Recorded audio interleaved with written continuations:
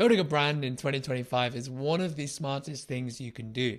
But the problem is there's so much noise, so much superficial crap that it almost feels impossible to be heard. You think that the answer is to try shout louder, but that strategy just doesn't work. You end up a generic copycat clone, a commodity in a crowded market.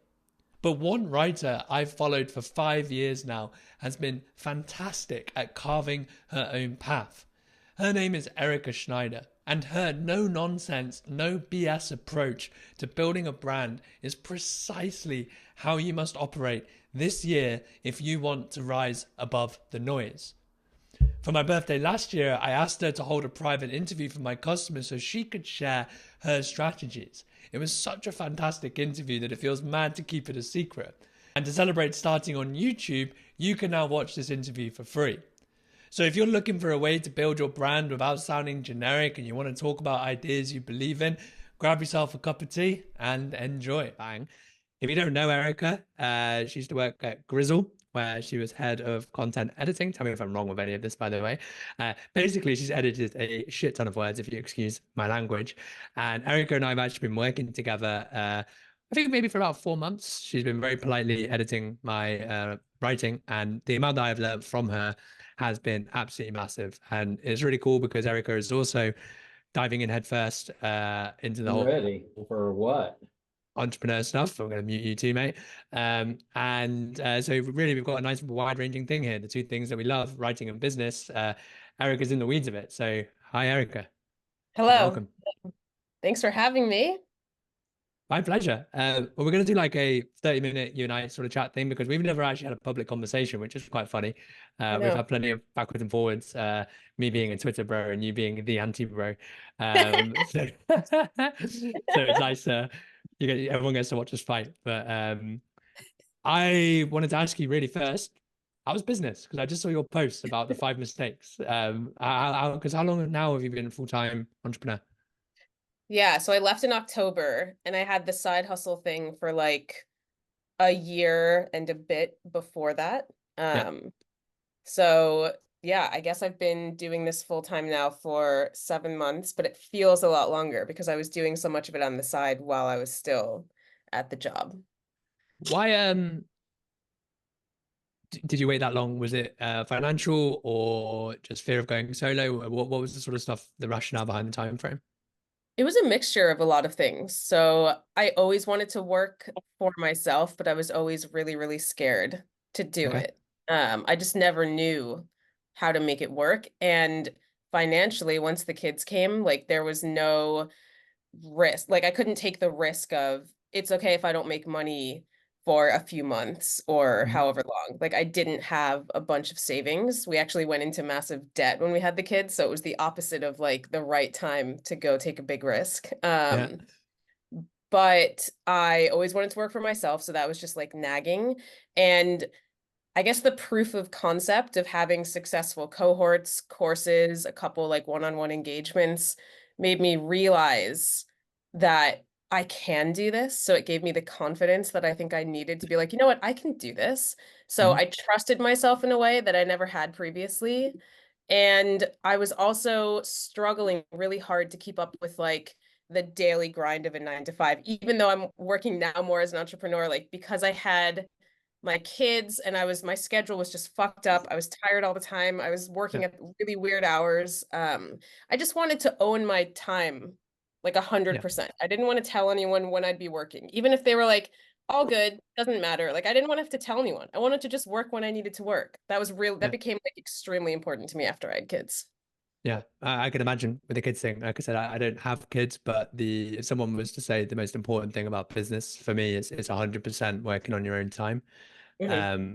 Like I just went for lunch with a friend, and it was quite nice knowing that you've done 6 hours of work before lunch, and then you've got the whole evening and afternoon to relax. And one thing that I love is that you can do like a 4 week sprint and then take 2 weeks off, and it's all automated, set up in the background and stuff. But all right, so two questions then.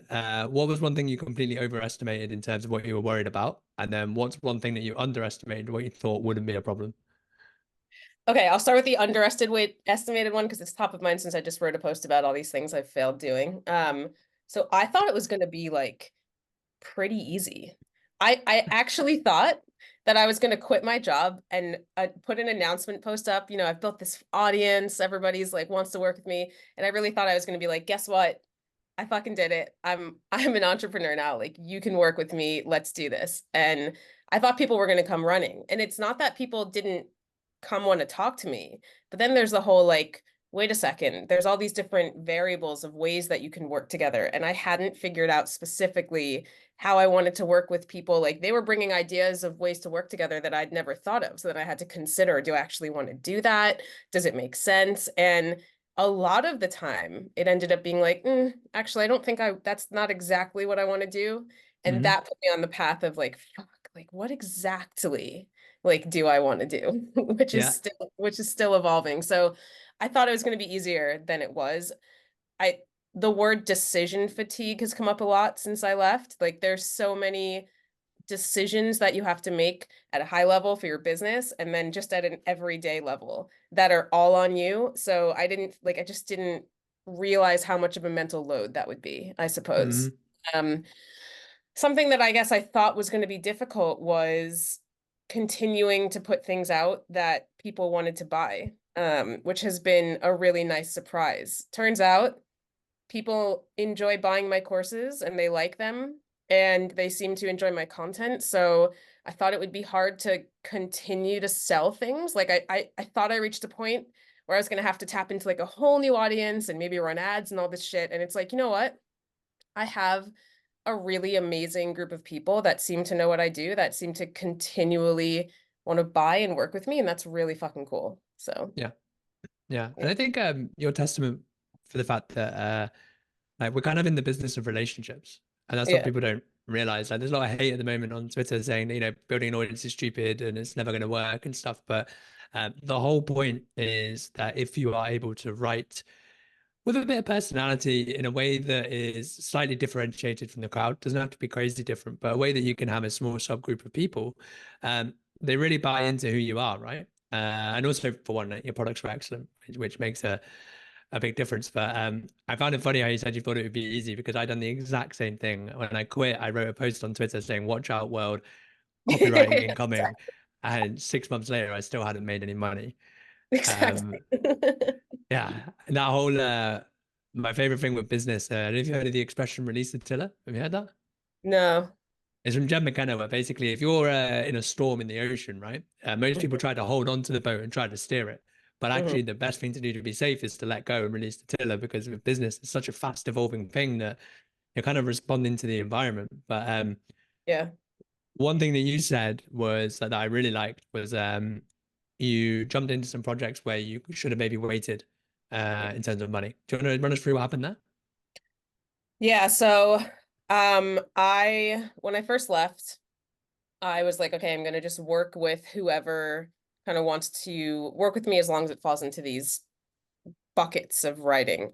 And so I said yes to a few one-on-one projects, for example, where someone wanted like a whole social strategy from the start. Like they were really unhappy with how their social was going.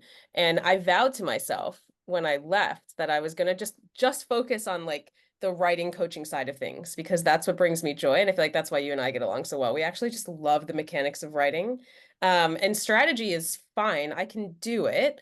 I can help you come up with ideas and all of that, but it doesn't make me feel super passionate. So if we're focused 100% on strategy and less on the writing and like literally moving things around so that it sounds the best, I'm going to kind of lose focus. But I said yes to a couple strategy things because I thought that's just what I had to do, or it was all part of the same thing. Hmm. Hmm. And so I took the money, got the gigs, and then ended up having to tell these two people that I had accepted these gigs with that, like, you know what, this actually isn't bringing me the kind of joy that I want Hmm. it to. So like I had to kind of like fire my first clients, which was a really weird feeling because you're saying no to this recurring revenue. Like they want to give you money and you're like, but I actually don't think I like this. And the whole point Hmm. of going out and working on my own is not just to have my own time, which is nice, but to actually enjoy what I'm doing, like fully enjoy what I'm doing. And so those were a couple of gigs. I also took a couple um editing gigs And it's just not yours, but there were a couple others where it felt like I was doing just a lot of like commodity work again, Hmm. which is kind of like head of content sounds cool, and there is a lot of like strategy and fun things involved with the role that I did, but a lot of it still felt kind of like I was on the hamster wheel of creating, just like I was on this production line of content. And even though it was high quality and it was good and it was well thought through and all that shit that makes high quality content, I was still just editing a bunch of words every day and then like shipping it and Yeah. feeling disconnected from the results and whatever. So yeah, I've just realized like I don't want to do any of that anymore. Don't want to do anything that feels like a commodity or a production line. Like it has to be personal. Yeah. I mean, uh, it's the word no, right? Like it's so Yeah. powerful. I think that people, I did the exact same thing. I said yes to everything to make my first six figures. And I do think you have to just sort of test things a bit. Yeah, But yeah. I I think people struggle with understanding the opportunity cost that when you say yes to everything, you're actually saying no to the things that do light you up. And I mean, how much more fun is business now that you're just doing the thing you love? Amazing. Like Yeah. yesterday I had my first paid engagement with an experienced writer that already has a big following, already has tons of successful business, and he wanted a quote. He called it a a writing sparring partner. Cool. And essentially, like, this guy is good, but he wants to take it to the next level. And I never thought of that positioning. I was like, oh, like, I like to teach people, and like, maybe you're kind of new, maybe you're kind of experienced. And all of a sudden, after yesterday, which was the most fun hour I've ever had coaching someone, I was like, shit, maybe I do need to refine my positioning. And again, but this is Hmm. evolving. Like, this could change in a couple months. Hmm. It's another part of the entrepreneurial, just up and down, peaks and valleys. Like, I finally Yeah. found the thing and then you pivot a bit, but it feels so much better doing things that are aligned with your Yeah. passion. So much better. 100%. I also it stops you being a commodity, right? Because Mhm. there's a quote from Naval Ravikant where it's become the best in the world at what you do, keep redefining it until it's true. And I remember being as a beginner, I was always like, oh no, you can't be the best at something. And actually, the way we redefine it, you've got three ways: who, what, and how. And who, what, and why, sorry. And basically, Mhm. it's like, well, the people that you work with, for one, that's the big one. Yeah. What people don't appreciate is that, like, if you get good at something, I mean, obviously you're a pro at what you do, but even if people are 6, 12 months ahead, there are very successful people that completely suck at what you've just learned. And so Mhm. you redefine with who, the how is the unique mechanisms, which we're going to get into a little bit with your products and stuff. And also the why. I think when you can tap into people's motivations, like you said, someone there wanted a writing sparring partner. Um, if you, because obviously I was working with you, if you pitched me and said, I will show you how to make loads of money writing, I wouldn't have worked with you. Yeah. But you actually show you how editing works and how you avoid blind spots in your discussions and stuff. And I was boom, all in. And so I think people should really think about that because you can actually do what you love as an entrepreneur a lot faster when you aligning those three sort of pillars. Tell me about the products then. Like how, because you've got a few products now. You've actually almost sold 2,000, right? Yeah, it's crazy. So I've partnered with Rob Lennon, for people who don't know Okay. Rob, on all three of these. And so I've got the hooks course, Hooked on Writing Hooks. I've got Content Editing 101, and I have my latest one, which is Long to Short. And they all kind of play into each other in this ecosystem of writing better online, although some are positioned more towards social writing and some are positioned a little bit more towards longer form. Hmm. Um, and so each product has like you can play your own, choose your own journey is the way I say it. You can go through the whole thing manually and just like there's like a workbook and you can go ahead with it, learn the thing, go apply it. And or you can use AI to kind of play as you go. So instead of thinking through the problems with your head, you can, obviously we advise that you still use your brain, but like you can use these prompts and see the output, and kind of get to the result faster. And then we also show you how to like look at that AI result critically, because I never advocate for just copy pasting AI output. That's total Yeah. waste of time. But yeah, the products are really cool. They each help you solve like a very specific problem when it comes to writing. What have you found to be the hardest thing about products that you didn't expect? Something I'm struggling with a lot right now that I almost put in the post this morning and then was like, I need to actually kind of fix this right now before I talk about it. But I Yeah. feel like I feel like I've done a kind of a terrible job supporting people after they buy, which I think you do a fantastic, like you're like the model I look to for how I want to be. And I'm just not as organized as you when it comes to that yet, but like people buy and then you have this opportunity to like not just like thanks for your money, but also like thank you for your, buying into me, buying into this idea that I can actually help you, and like retaining them and making them like a super fan is something Hmm. that I know intuitively I need to do, and I just haven't done it. So, Hmm. I don't know. I think the products themselves are pretty solid. There's always something that you can update and redo. Yeah. But it's the journey after they bought the products that I think I could totally improve, and like I'm on a mission to do that. Yeah. I mean, I think it's a good thing for everyone. We're all in quite competitive markets, and it's worth thinking about what most people aren't doing. And it's 100% what happens after a purchase, in my experience. Because if you put people in the, oh, you know this, Erica, but like if you're in the buyer's shoes, right? Even my follow-up is automated, so people know that, and yet Yeah. they people still reply, and then I get loads of conversations and insights. There's 30 emails that go out after a purchase.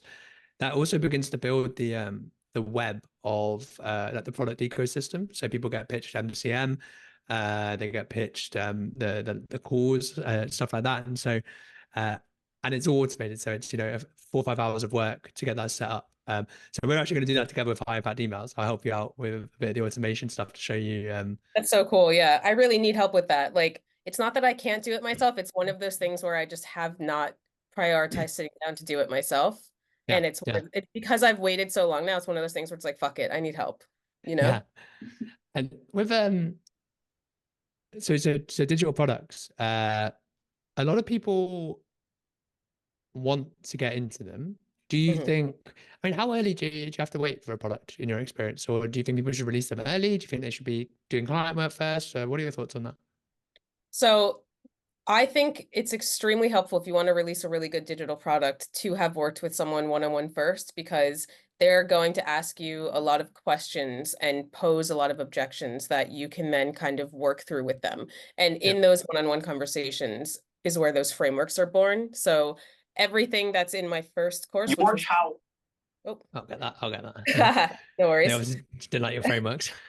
Every everything that's in my hooks course with the frameworks is something that I developed as part of training in my head of content role when I was still there, to try to help our writers better support the social clients that we had. So those were born out of conversations that I had with a lot of people, and then they went through those frameworks and they gave me feedback on like what they wanted more of. So I think it's really important that you have some sort of a validation, or you've like brainstormed your way through a problem, and solved it successfully for people before you Mhm. sell a course. I think that's really important. In terms of the actual being able to make a sale thing, I think it's extremely useful to have built trust up before you try to do that. So I was giving away free value on social for an entire year before I ever asked anyone for $1. And Mhm. it got to the point where people were commenting on my posts like, hey, like, how do I tip you for this? I feel like you're just giving me so much free value every day and it's like unfair. So Mhm. at that point, that was a signal. And I was like, okay, people want to give me money. I should give them an opportunity to give me money. Yeah. Um, yeah. Brilliant Derek Sivers quote was, I don't build the business until people ask you for it. And it's funny because there's a lot of again hate on Twitter saying free value doesn't work. And Totally disagree. I Yeah. well, yeah, I mean it's reciprocation, isn't it? Like Yeah. and someone actually posted in a question, Divya said, if you had to restart this journey again, how would you approach it? And I know if I was starting again, I would do the exact same thing except create more free value than I did the first Mhm. time. And that was Yeah. 8 free courses. Yeah. Um, what I mean, if someone's a beginner, because I know you've done a bit of coaching for, but you had the cohort, didn't you? Yeah. And so if someone's getting started now on social, what have you been telling people in terms of how to approach it? Growth's a bit down. Have you got any kind of general tips there? Yeah. So it's funny because I think everyone who starts and then sees some sort of success at some point is going to look back a few years later and be like, "Oh, it was easier back when I started." I think it might just be, um, yeah, the algorithms are shifting. Twitter's changed a lot since we both kind of started there. Um, but I would say the most important thing that you can ever do, regardless of algorithms, is um, develop your opinion Yeah. and write from experience. So those are the two most important things. Like if you don't have an opinion on something, then and you're just teaching people, then yeah, you might help them and they might be appreciative of it, but they're not going to connect that to you, right? And so if you're building your business, like your content business, you are a part of that. And as uncomfortable as it might make some of us, like you have to market yourself. And a way of doing that is allowing people to get to know you so that you can build trust. Like you are part of the product. Hmm. People buy things from me. They tell me all the time, like, yeah, you've totally convinced me that you're an expert and everything, but like there's a bunch of courses out there, and the reason I chose yours is because my values seem aligned. Like you seem like no bullshit, like you're always honest, things like that. So allow your personality to shine through, develop an opinion, and write from experience. So don't just tell people how to do things, tell people how you failed at something and what you learned from it, like I did today. Like that was a very intentional post, not just Yeah. because I'm on a mission to be even more transparent, but like that works right now. And I don't imagine it ever didn't work. It just like really works right now because how-to content is working less. Yeah. Yeah. Well, I'm a huge advocate for the transparency side. I think that will always work because the default online is to not share with that. The Mhm. opinion stuff's interesting. I absolutely suck at having expressing opinion. Like I am so polite that like I'll apologize for queuing, like classic Brit. But what I have learned is that if you do not have a contrarian take in your space, it's like trying to swim up a bloody waterfall. It's really hard work. And so the way that I've been doing it is, for one, like you said, I can tell your values, and I think that most people don't think enough about what their core values are. Mhm. But then what I found to be useful is when you work out what you stand for, you then need to shine it through the light of what you stand against. So, for Mhm. example, one thing me and Erica share, we're very big on reputation, authenticity. And so it'd be great for me to say reputation is amazing. That's not going to get people going, hell yes. I mean, want this hell yes effect. And so Mhm. if I make a post and say like all of these people that are manipulating their audience or selling out and doing all these little tricks, or like their sales page says that they've got 60,000 people that have bought their course when evidently they haven't, cough, cough, Matt Gray, then people actually really gravitate towards you. And so um, contrarian take, what do you stand for? Flip it into what you stand against. And I promise you, you do that for a year, it's identity building. People can Mhm. really go, hell yes. And that's I think that's what a lot of people are missing in the content business. So, you and Rob have killed that. It's been really nice seeing other people do really well, but I see a lot of people flopping with the product business. And I think you have to get the relationships at scale, and the contrarian opinion is how you do that, right? Yeah, absolutely. It's like any business, right? Content, but like products, digital products, or a SaaS or any type of product or service. Like there's always going to be a million options out there. And the second that someone does something and is successful, like Justin Welsh, there's going to be like a million other people trying to be Justin Welsh, right? So the literally the only way that you can stand out and have success with teaching people things is if they are drawn to you and they understand what you stand for, what you stand against. I think it's interesting. I was just on a podcast the other day, and the reason why I was on this podcast is because this guy who's huge, he's like one of my marketing idols when I first started. He was totally drawn to my like anti-bro, especially anti-clickbait hook stuff that I really Hmm. went hooked on for the whole first Hmm. year I was on social. And that's why he, decided that he liked me, that he wanted to be my friend, and all of that. And this is someone who I consider like way more experienced than me. And like, why would he care? And the reason why he cares is not because I'm like, oh, I've edited 3 million words and you should buy my course. It's like, I've edited all these words, and what those people are saying is bullshit. And if you Yeah. actually want to get better, you should do it this way. So it's Yeah. my opinion mixed with my expertise, which is just Yeah. like the way. Yeah. I mean, one thing I say I actually got the brute force of your hook stuff because I know my fair share of generic content, but one thing that made me respect you a lot is that when you create your content, you're trying to bring about real change. Yeah. And people hear be polarizing and they think it means be a dick for engagement purposes. But I feel like the opinion is actually where you have the opportunity to change the way people do things in your space. And it doesn't just have to be writing, right? It could be fitness, mindset stuff. Like I think when you're change motivated, it really shines through. So I always think like if their content isn't hitting hard enough, they're not trying to change someone for the better. Exactly. Like you have to feel passionate enough about what you're selling and why it's better than something else and why your solution is only going to work if you implement it this way and all of that shit sucks. Like you have to feel actually passionate about that because the only Hmm. way that you can actually change people's minds is if you lead thoughts.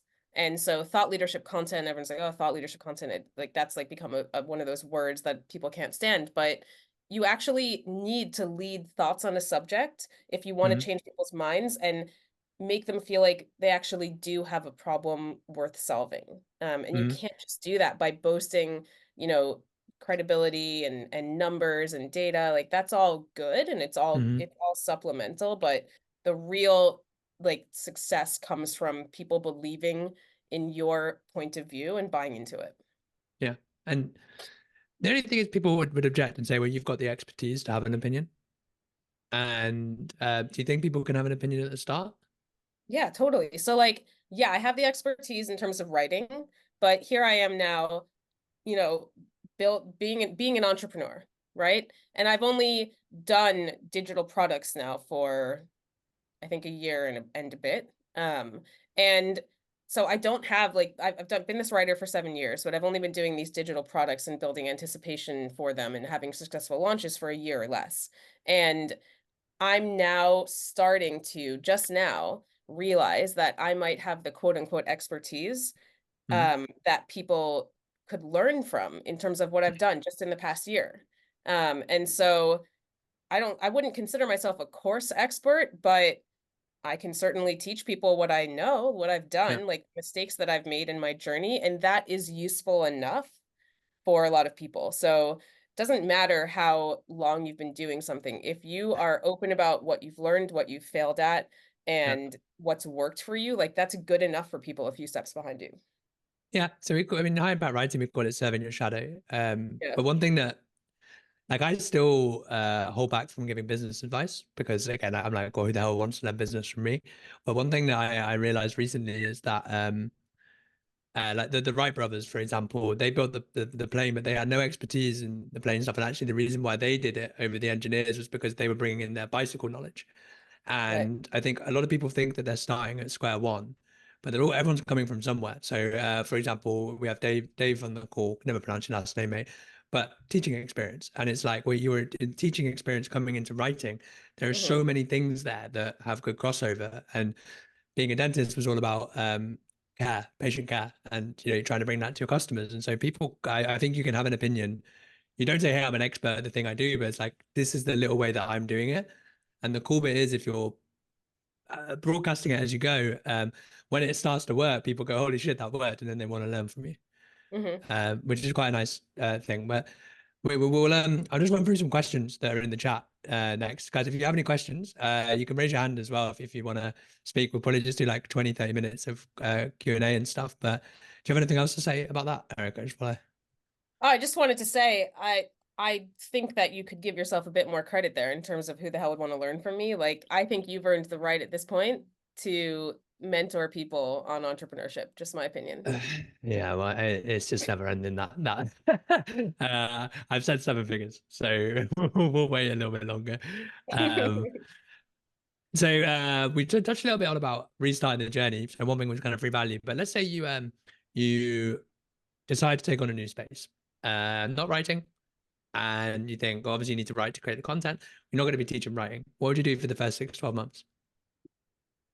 If I was teaching something in a new space or if I was just doing Yeah, like someone you're interested in. Let's say you really like Tiddlywinks and you want to build a brand around that. Okay. Wait, what's Tiddlywinks, first of all? I actually don't even know. It's like these little things that you flick around, right? But it was a bad example. Take your pick. Okay. Let's go. Let's say motherhood because like you're in it. Motherhood. Fuck. Yeah. I mean, the first thing I would do is like you obviously have to get deeply embedded in it. So you have to like uh so sorry. My wife's ringing the doorbell and she must have Crack forgotten up. it.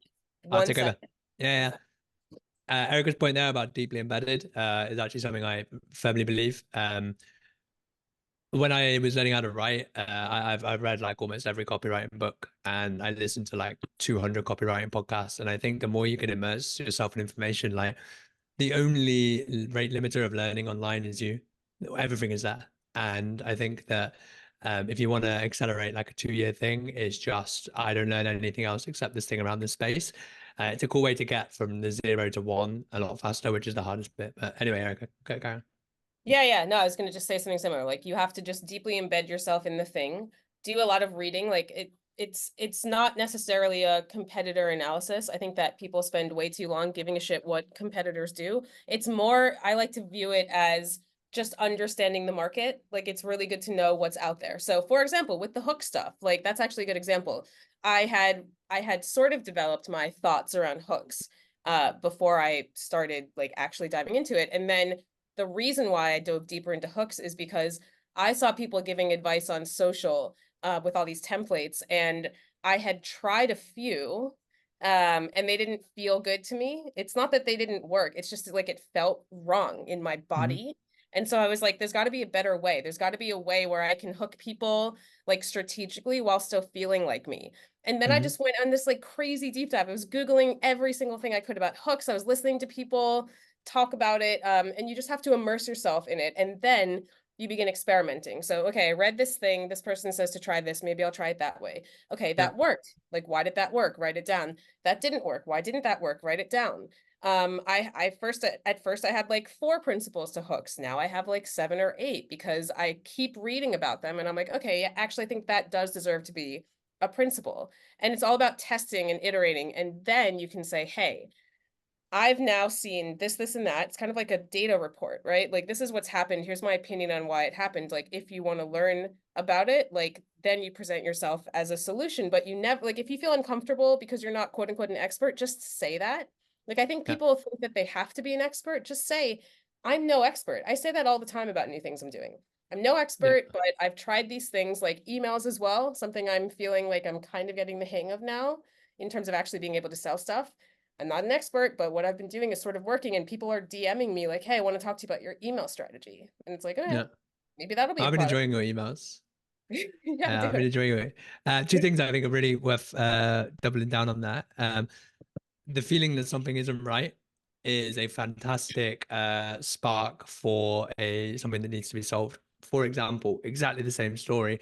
When I quit my job, I started my cold DMs the next day. it. And I sent like two, and I was like, my whole body is just dying right now. And so then I thought, how can we make content magnetic? How can we attract thing? And then this is magnetic writing, right? It's like the only thing I talk about now. The other thing there was you are sane and you didn't try to build a full writing product. You built a hook product. And I Mhm. think people, I am not sane and I tried to do the whole fucking thing. But I think people would don't appreciate that actually you can get very good at doing one tiny part of your market.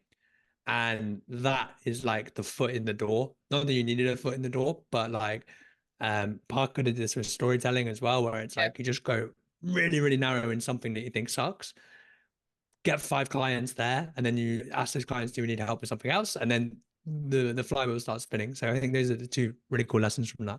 Yeah. I also want to add every single product I've ever put out, I didn't know, even though I've had all these one-on-one experiences with it, I didn't know how I wanted to teach it until I started to build the product.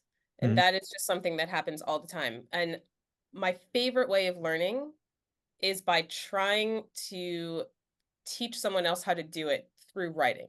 Because like 100%. it comes out differently when you actually have to like you look at the words on the page and you're like, wait, that doesn't really make sense. And then you Mhm. have to processize it. You have to like, and so the act of trying to teach someone is probably the best way to learn. So even if you're sitting there and you feel like you've only been doing something for a few weeks, like sit down and try to teach what you've learned over the past few weeks to someone via writing.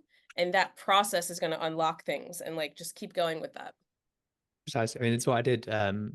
I started teaching how to write tweets to friends, and that was Yeah. it. And then away we go. Yeah, I also think actually, it's I really started teaching people how to write hooks in Rob's Discord group. I always forget about that those few months of well. my life. Yeah, I'm sure. It's a nice segue actually, because I have a question about Rob. But Yeah. nothing bad.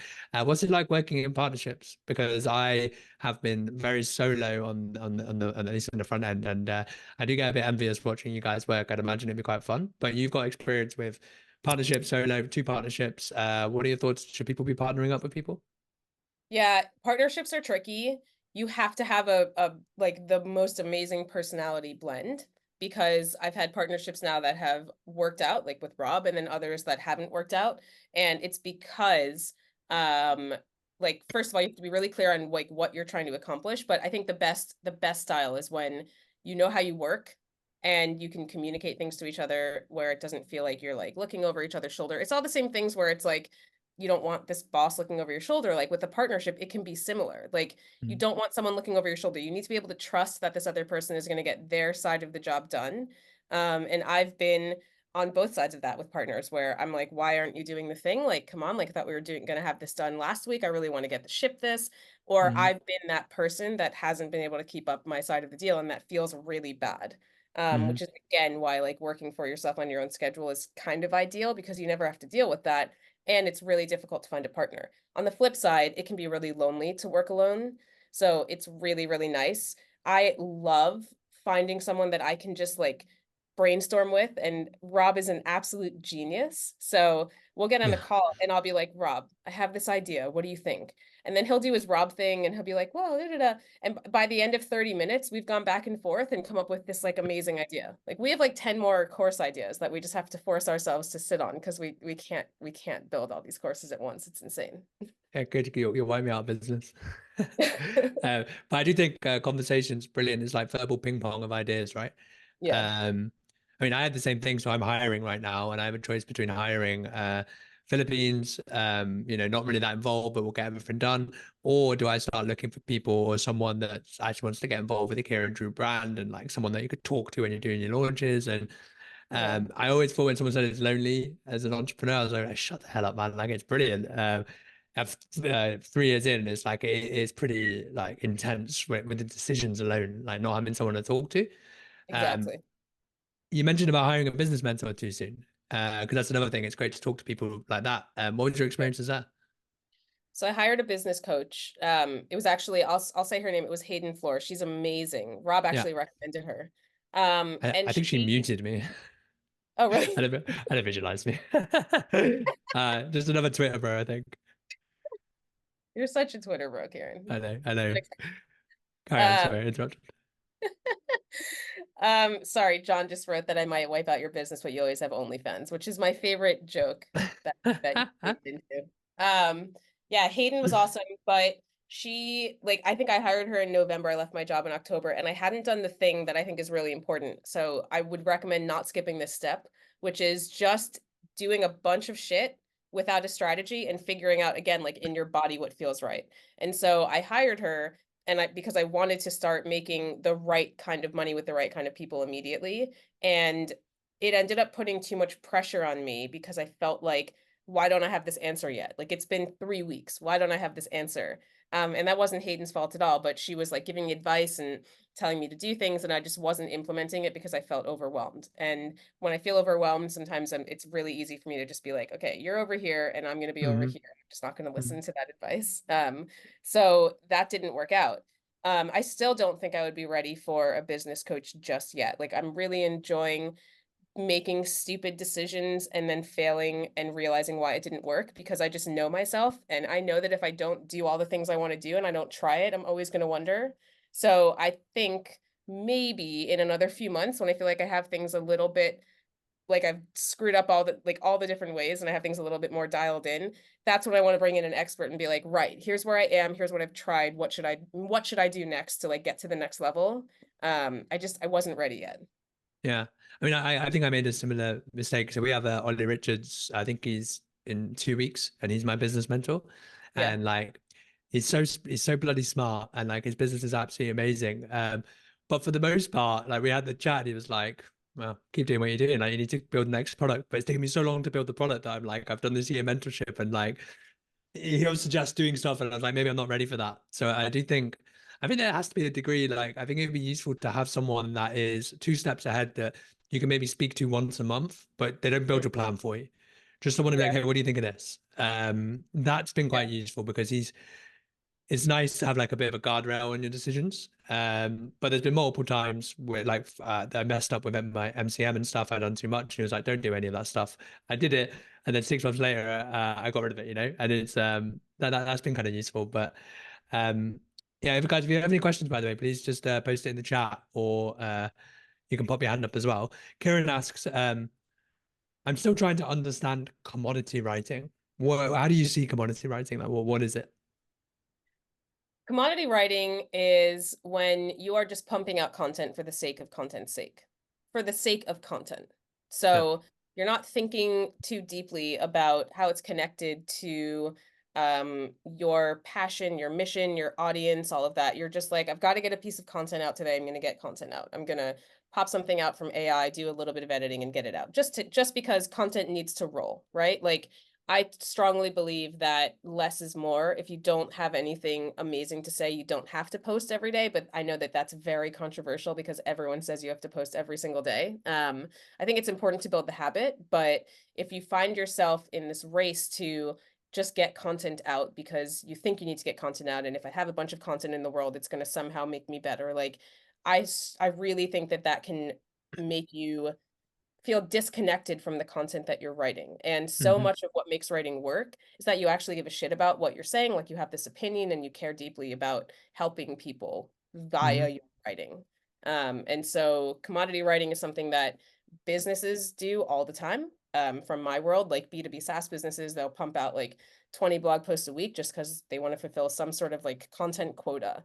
And everyone that gives a shit is trying to shift that to like, hey, put out 3 blog posts a month. That'll drive more traffic than all this bullshit stupidness that you're putting out. And it's the same thing when it comes to content creators and building a content brand. Yeah. I mean, there's a difference between being efficient and effective, Mhm. and effectiveness takes a bit of time. And by effective, it's more about changing how people think and feel with content. And the best way that I do it is just would I be a fan of what I post? Yeah, And that's where like I had to take a hard left turn at one point because I was like, you are just chasing the algorithm. And it's funny because I was in a group of people where there's four entrepreneurs, all very successful, and they've all quit because what happened was they started writing about the things they enjoy. I think you might remember them, like Gianni, John, Liam. They're kind of in this place when we were starting. They've all quit because what happened was they started optimizing, and then they hated the content, and then they dropped off. And I do think that you have to love what you're doing because this is a decade-long game. And I mean, I would say what 80% of people have stopped around in our space yeah, potentially. totally. Yeah. And I noticed like, especially with John, I remember him having that crossroads of like, I don't even like when I'm posting. Who am I? Who am I talking to? Why does any of this matter? And so yeah, if you chase the algorithm, if you enjoy the high of something performing well, and then you can't handle when things perform a little bit less, like you're not going to make it. Like you have to, I personally, like I try to treat everything like a lesson. So if something doesn't perform very, very well, I'm like, okay, didn't perform very well. I wonder why that is. Mhm. How did I come up with this idea? Like, how did it feel when I posted it? How are people responding? Like the algorithm definitely plays a part, but it shouldn't be about chasing those numbers. It should be about chasing something that you fully enjoy and feel good about and that is resonating with people. Yeah. I mean, you've hit the nail on that. There's more data than the stuff you can see. Yeah. Hidden versus exposed metrics, right? And yeah, it sounds cheesy, but if you really enjoy what you're writing, I think that helps So a lot. true though. Like the only reason that I'm still here and I feel like you're still here is because we actually really enjoy the process and we enjoy Yeah. what we're writing and we have fun doing it. Yeah. Like I'm chasing the feeling of feeling good as I'm doing it, not the feeling of necessarily hitting some sort of a metric. I never even Yeah. look at my metrics. Yeah. I mean, it's maybe a little bit easier for us to say that we don't need to look at the metrics because we do have a bit of an established audience. But yeah, I don't know. Like there was a period maybe 4 or 5 months ago where I wasn't enjoying what I was writing. And it was actually really tough. I was just like, what's the mission here? What's the point? And like, you're doing what's expected. And I was moving away from business stuff, even though I really enjoyed it. And you get into a bit of a funk. And I do think just that whole like selfishly writing but selflessly sharing is quite Mhm. a cool way to do things. Like, here's what I'm learning, doing, and thinking. Um, Yeah. yeah, but I think all that to say that like slumps happen. I've been there Uh, too. Like I think I said this to you recently that I like it's shifted now, but I think for a couple months there I was like, fuck Twitter, I'm done. I'm just done mhm, with Twitter. And I didn't post on there for a few weeks. And yeah, people were like, where are you? And I was enjoying LinkedIn more. And then I realized I'm not performing well on Twitter because I'm coming into it with this like annoyed attitude. yeah. And I was like, so then I kind of just threw that out the window and now I'm enjoying it again. So it's really crazy how like your view of the place that you are and what you're saying actually impacts it. What are your views on LinkedIn versus Twitter? Where should people be writing now? I'm just enjoying, so for me, it's I enjoy things when the interactions that I have with people are good. So for some reason on LinkedIn at the moment, I'm having really, really good conversations with people in the comments. And so I don't get just a thrill of posting and then like not looking at it again. Like I like to interact with people. I know that obviously, like I know you have a really good regimen of like I'm only on it from this time to this time. Like I still check it way too often and I still have it on my phone, which I need to get rid of at one point. Naughty, naughty. I know. But I just, if I say something and then someone says something that opens my mind up and makes me think of something in a new way, that's the brilliance of it for me, because then that gives me a new idea, something to dig deeper into, something else to write about, something else to go think about. And it just all kind of like it's this content flywheel that I really Yeah. enjoy that I get from the comments. And on Twitter for a while there, just like it was like either people weren't commenting that much or it was all just comments like cool post or like, thanks. And it wasn't like it didn't feel interesting, I Mhm. guess. Yeah. Little note on there, the aha moment is what we're all trying to engineer as writers. So it's insight. And the more insight you can deliver, the more people will like your brand. So if you go onto my blog, there's actually a pin thing that said Armory of Insights. Yeah. I just shared how I've been doing that a little bit. What's your thoughts? I mean, you kind of touched on it already, but boundaries you place on using AI. Are you using much AI? And Mm. we've got about another 10 minutes. Is that okay for you? 10 minutes or so? Yeah, it's fine. I don't have Yeah, anything after cool, this. cool. I only use AI when it comes to thinking through something. So if I'm stuck on something, I'll be like, what's another way that I can maybe think about this? And I'll kind of go back and forth with the AI, or I'll put something I've written into AI, use one of Rob's prompts and be like, hey, what was my main theme here and what can I dive deeper into? Things like that. Mhm. And that helps me just extract these like nuggets. Or if I've potentially, not um had a strong enough takeaway, like things like that, where AI can be like, you could potentially try this, this, and that. But I never ever use it to write. I know we have all these hook prompts. I never use them, but I don't need to because at this point it's so intuitive to me what I want to say. Mhm. So if I'm being candid, I really don't use AI that often. But I like the idea of having it there as some sort of like a idea partner gap finder type thing. Mhm. Yeah, I use it as a friend, someone to talk back to. So- but I don't use it to write, for sure. John has said, he keeps saying how vital storytelling is, but you're super ADHD, not you here, and having trouble figuring out how to monetize that. I mean, John, I'll say this. I think storytelling is one of these buzzwords, and actually, one reason you hear about why it's so important is because if you touch the word storytelling on social media, you get more engagement. I know that from experience. And yes, I do think it's important, but there's a thing called framing. And I think that with two lines, you can completely change the framing of a piece. And so, for example, if someone wants to give me advice on, how to not lose my hair, if they just jump into advice, I'm not really going to care. Two lines, I was here, now I'm here, boom, boom, boom. It's framed as a story from there onwards. So, a really cool example of that is Paul Graham. Read his essays, there's not much storytelling, and yet no one complains about him. So that's my little thought about the storytelling. But obviously, I'm a big fan because I just won't shut up in my emails. But I do think it can be overdone. Erica, what do you think about Yeah, so I think stories can be as short or as long as you want them to be. I think when people hear the word storytelling, they feel like they have to tell some like wildly long story that has this really well thought out beginning, middle, and end, and there's like character development, and you don't need any of that. Like you can literally use an anecdote as your entire story, which is what you just described. Like the other day, I was doing this, this, and that, which made me realize this. And then the lesson comes after that. Like that's just an Mm. anecdote. And I'm happy to share this. I don't know where it is, but I've got like prompts. It's like 10 or so of these anecdotes that I look at every once in a while when I'm not entirely sure what to write. And it's just a way to help you kind of extract these moments that happened in your life. People want to be able to visualize what you're telling them in a way where it can resonate with their world. And the best way to do that is to give an example of something that actually happened to you, or even if it's a hypothetical, so that people can like root the idea somewhere in their own life, in their own point of view. Hmm. So it just helps you kind of visually express something because people think in these visuals, right? Unless you're like my wife, actually. I found out recently not everyone sees things in their head. Yeah. Do you know that? Yeah, yeah. I was actually Crazy. listening to Richard Feynman, and he can memorize anything, but he does it through pictures in his head. But someone else actually does it through sounds, and it's Yeah. yeah, like different from people are way too smart for me. Um, the uh, yeah. That's great. I'm just reading this other question. Sorry. Do you have anything else to say about that? I'll just read this on. But No, no, I like this last comment. Yeah. yeah. Um, Yeah, I mean, we've just done that the storytelling thing actually. I really like what you said about the anchor. So I'm just writing high impact emails and the storytelling thing. I just call it a story snapshot, and it's just a snapshot of life. Because once someone can anchor what you're saying, it's the completely different interpretation. So I really like how you worded that. Yeah. Faith has said, I'm not sure if we'll be able to tackle this much. Wondering if I can get some advice on how to talk about expertise that works for people.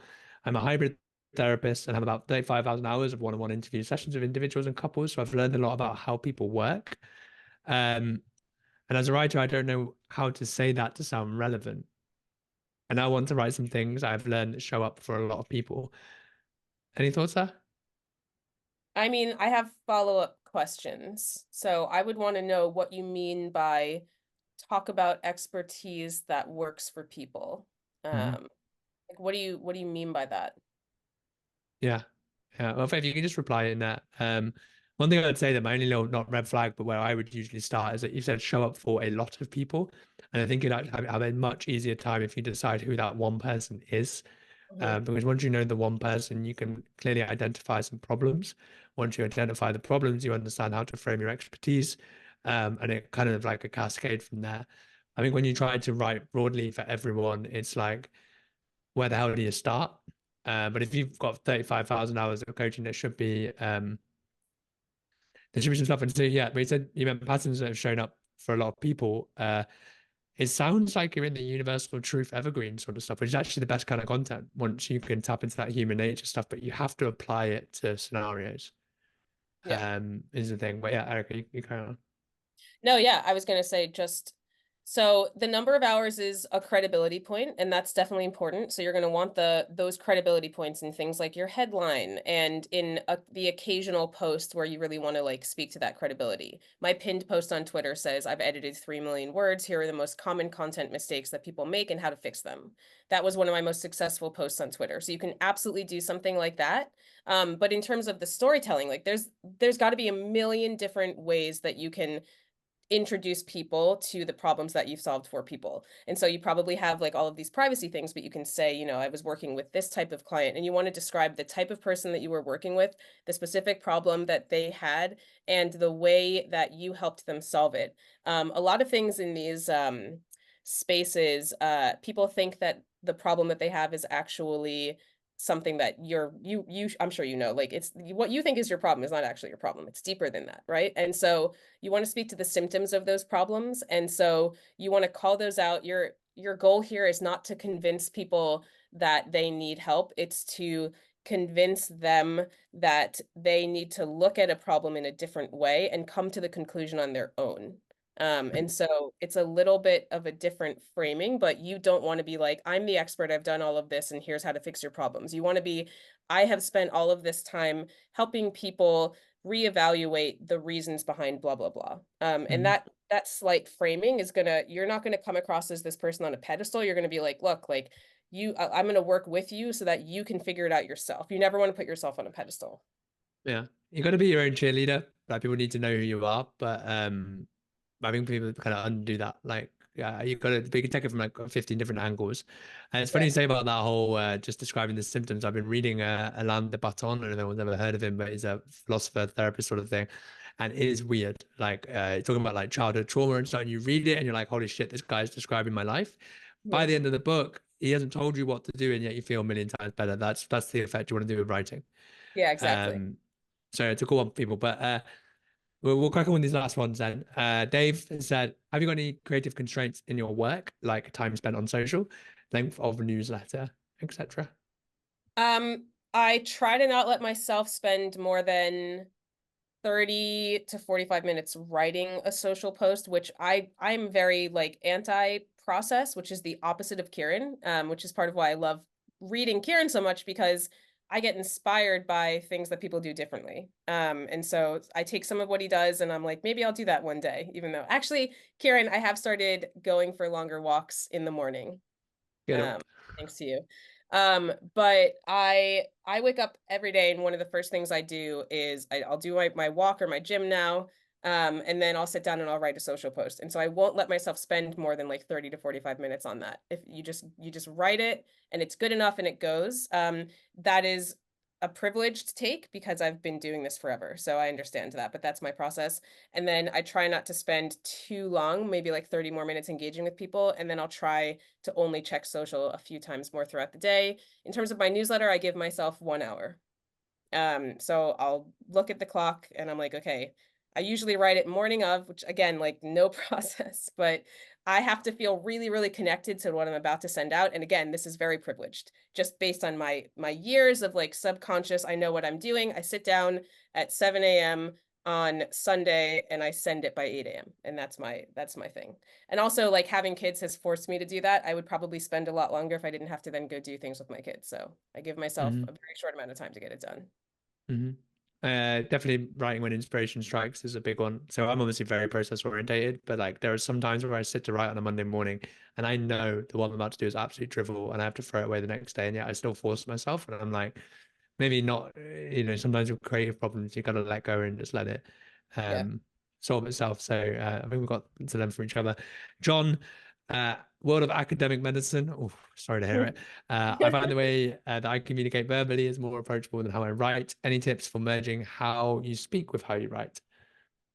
That's a tricky one because especially with academic writing, like you've been trained to use stupid words that nobody understands. So I would say read it out loud, and when you come across a phrase that you just know is jargon, just highlight it, and force yourself to look at it and be like, do I actually know will the reader actually know what I'm saying here? And if the answer is probably not, find a simpler way to say it. There is always a simpler way to say it. Also you can pop your writing into those like free readability test things, like Hemingway app has one. And if it's anything over like seventh grade readability, you're probably going to want to simplify it. Hmm. Um, and so like just kill the jargon. Like you know what is jargony in what you're writing.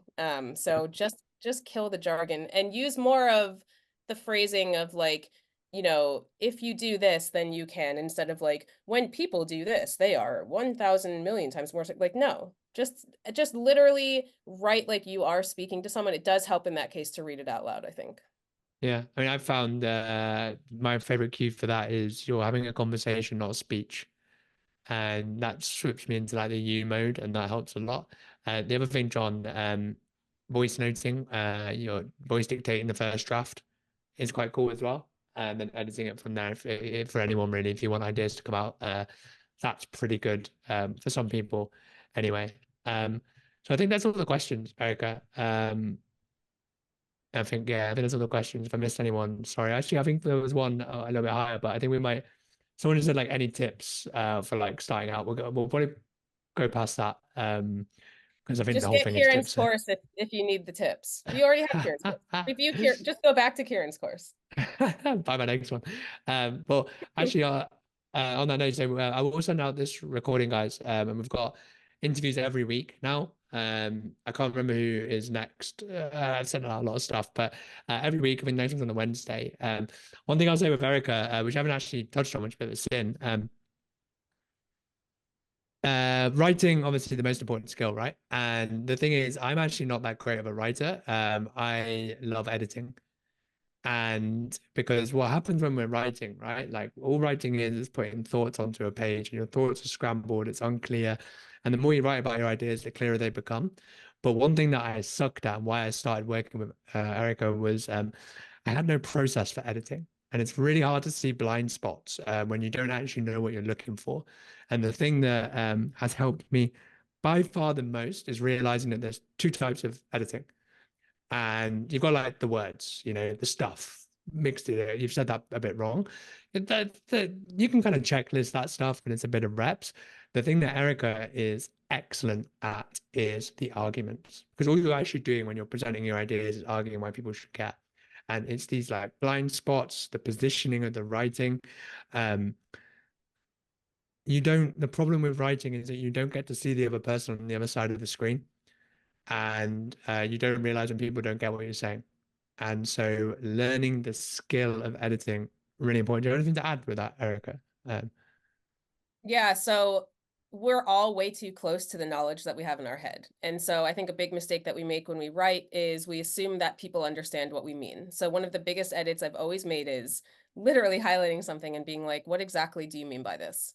And so one of the best things you can do for yourself when you're self-editing is, again, as you're reading back, which is step one, like actually read your work again, which a lot of people skip because it's such a slog. But it's so helpful because you'll find all these points where if you actually are pretending that you're not you, which is part of it. It's like acting. And you read something, you have to ask yourself, what exactly do I mean by this? And if it's not clear, then that deserves further explanation. Because every time that a reader isn't fully with you, then that's what I call friction point. And the second that they stop being invested, so like in and invested in your story, and by story, I just mean your content, whatever you're saying, they're gonna realize where they are. Like, oh, I'm in this room. I need to go do this thing. Oh, there's a bill I haven't paid or whatever. And those friction points are gonna take them out of it, and they won't finish it. So Mm, editing is really just making sure that you don't have these friction points in your writing. So there's copy mm, editing, which is making sure that your writing doesn't sound like a jargony academic, piece of writing. And then there's this developmental editing, which is really making sure that you've actually removed all the friction points, that you've got cohesion, that you aren't leaving any questions unanswered, things like that. So yeah, I've got a course on that if anyone wants it. Discount for anyone on Kieran's list. So I've got that here. yeah. Yeah, I've just bringed it over in the chat, but um, yeah, it's content editing 101. It's really cool. Andrew said, can you give an example of blind spots? The funny thing is with blind spots, right? The nature of them is you can't see them. But it's just realizing, particularly, like if I'm having a conversation with you and I say something like, the best way to make money online is to build digital products. I can see in your face that you might be like, well, how the hell do I do that? And you can continue that conversation. But when you're writing, if you say that, you don't realize the blind spot where you're like, it's not the best way until you've worked with someone else, until you work one-on-one with people. And these blind spots are what you need to plug in your copy and your writing, where you're like, I'm trying to teach someone that's a few steps behind. The curse of knowledge is an absolute bitch. And like Erica was saying, it's kind of like looking top down on your work and thinking, instead of, what am I saying, it's what am I missing? I think it's a really cool thought exercise. I've also found Claude to be really good for that. I sent Claude my article because I've been working with Erica for 3 weeks. I've been so busy and it already feels like dirty, my writing, like I need a back. So I've got Claude telling me where I suck instead. It's not been that great compared, but it has helped a little bit. But I would recommend, guys, Erica has a course. I've just put in the chat. I would recommend just seeing how Pro does it, because she's edited, was it 6 million words? Um, 3 million, probably close to 4 now at this point. You know But yeah, what? When you're in the millions, it's all the same shit, isn't it? how many words? Yeah. It's a lot of damn words, and I just found it really, really interesting. Like it's probably been the biggest upgrade in my writing for the investment anyway. So I really appreciate it. And yeah, otherwise, if anyone has any parting words, Eric, have you got anything you'd like to add when we finish? Just if you don't have the means to invest right now, feel free to hop on my newsletter. It's free. So that's the other resource. You always try to have a free with a paid resource, or at least I try to have both. So Yeah, Cut the Fluff actually features in high impact emails. I really like the name. So in the naming section, I was like, that's absolutely brilliant. Um, so yeah, guys, I really appreciate you all coming to the first one. Actually, we got five, so plenty of time together. Oh, and it'll be different kind of vibes each time. But again, all writers, all entrepreneurs. I think the next one is Ollie Richards. Ollie owns a $10 million a year writing business, and he works 6 days a month. He's also my business mentor, and he's just a fountain of knowledge. And what I'm probably going to do is get him on there and then talk about how I'm such a terrible mentee and what I'm doing wrong. So we'll all learn. And otherwise, I hope you have a brilliant evening. I will send this out, hopefully with the right link tomorrow morning. All right. Thank you all, All right. guys. I'll see you Bye. later. Thank Some you. people have sent me DMs about job stuff. Can you just email me if I mentioned I'm kind of hiring. I'm not sure what I'm going to be doing, but if you wanted to speak about it, just drop me an email instead, please. I'm going to cut the chat. And otherwise, thank you so much. All right. See you later, team.